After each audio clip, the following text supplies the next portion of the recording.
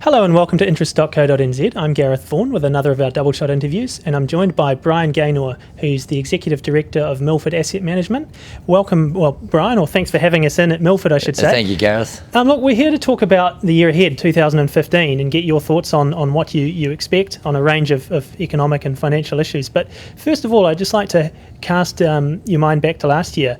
This time last year, you were saying that you thought 2014 would be a once-in-a-generation year. From a New Zealand perspective for the economy, etc. Did it live up to your expectations?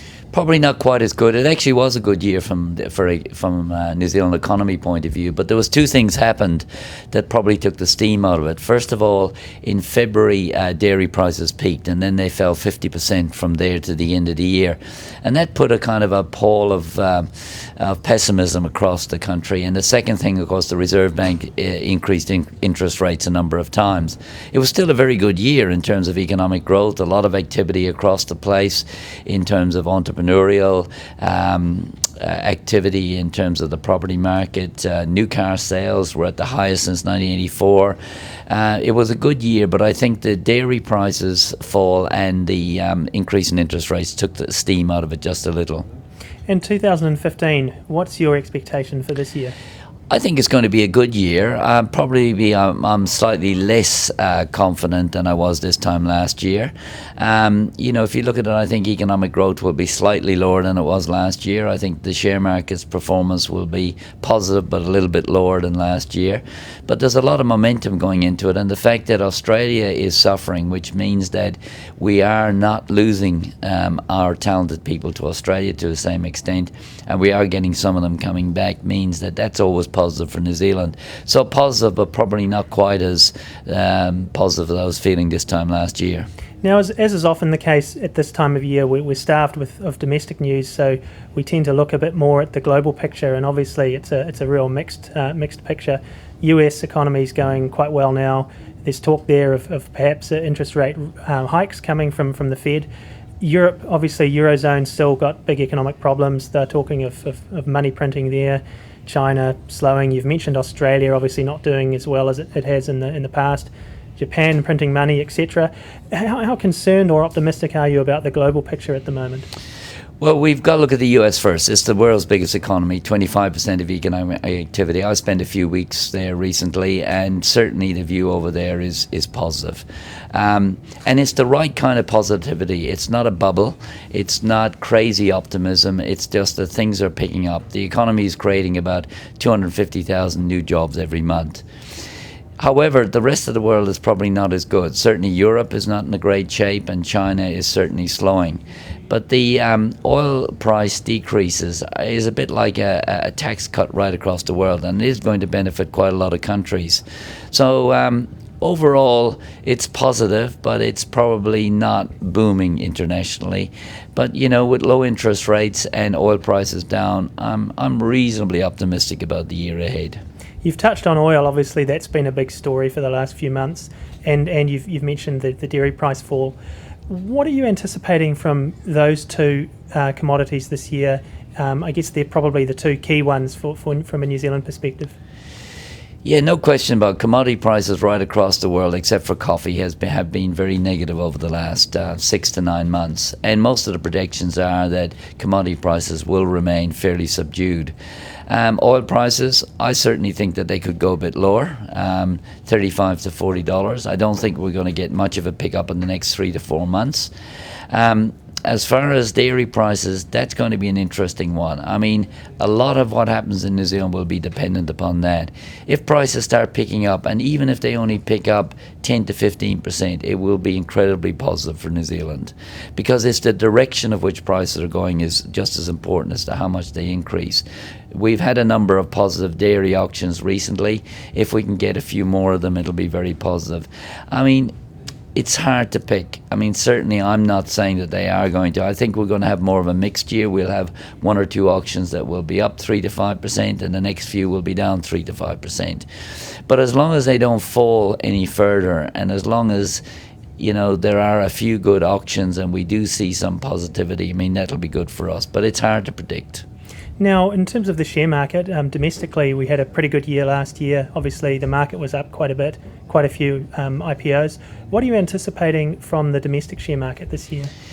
Well, it's. I know we keep on saying that in our business. It's going to be stock selection. We invest in companies. We don't invest in the share market. Is there opportunities out there? They're harder to find. There's no question about that. But there will be. I mean, the IPOs last year did quite well. The ones that you got right, if you picked them well, you did quite well out of them. I mean, the good ones overall they did about 5%. But the good ones did about 15%. So if you got into the good ones and avoided the bad ones, you did quite well.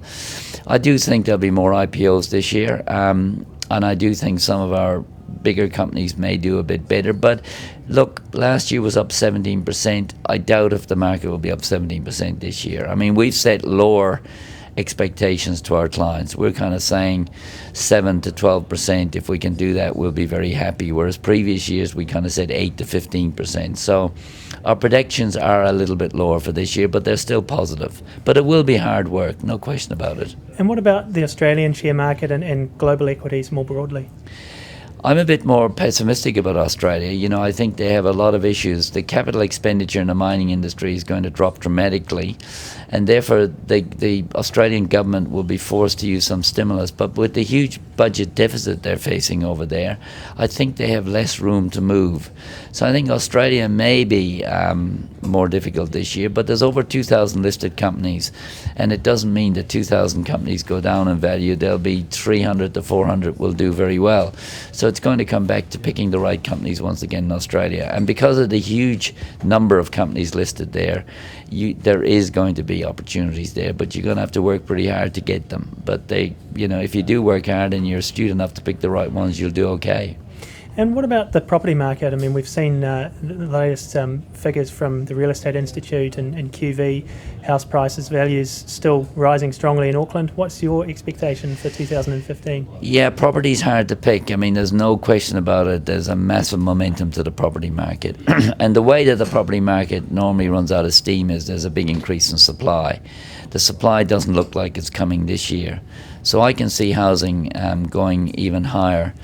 But it is a major medium-term concern because there's no question in my mind at some stage, and I don't know when, the property market will come back, and it'll come back 10, 15, 20 or even 25%, and that will have a really devastating impact upon the New Zealand economy because the high level of debt. Will it be this year? Probably not, but it could be. Will it be next year? I'm not sure. It could be 2 or 3 years' time, but it will happen at some stage. Asset prices don't keep on going up year after year, although most of the New Zealand investors believe that they do. What do you think could trigger that correction? It's supply. It's a big increase in supply and a big upturn in the Australian economy, where all of a sudden Australia does better. You get people leaving, going to Australia, and you get less New Zealanders coming back here. And at the same time, there's a big increase in supply. Supply is normally the major thing that kills it, and we're not getting the supply this year. And particularly in Auckland, we're not getting anything like it. I mean, there's talk about the amount of houses we need to build, but we're not building them. A lot of the companies are very cautious. They're finding it difficult to make money building houses because although prices are high, the cost of materials and the cost of labour, if you look at the Trade Me latest job ads, there's a huge amount of ads for people in the construction industry and property industry, and it's a sign that the big companies just can't find the skilled people to work on some of these projects, and when they do get them, they're having to pay them very high wages. Now, the New Zealand dollar is still quite strong, especially against the Australian dollar at the moment, also strong against the US dollar. What's your expectation for the New Zealand dollar this year? It's a very hard one. I mean, picking currency is the hardest. I mean, the only thing we have said over the last few months is we think that the New Zealand dollar will be weak against the US dollar. But besides that, we look at it really on a week-to-week basis. There's talk about it getting to parity against Australia. I doubt if that will occur. We've run strongly against Australia. The one currency that looks strong is the US, and that's the one that we will probably be weaker against. But against the yen, against the euro, we could still be quite strong against those currencies. So you have to be very careful about currencies, and making general comments and predictions is very difficult to do. Absolutely. Well, thanks a lot for that, Brian. Thank you, Gareth. That's Brian Gaynor, Executive Director at Milford Asset Management, and I'm Gareth Vaughan at interest.co.nz.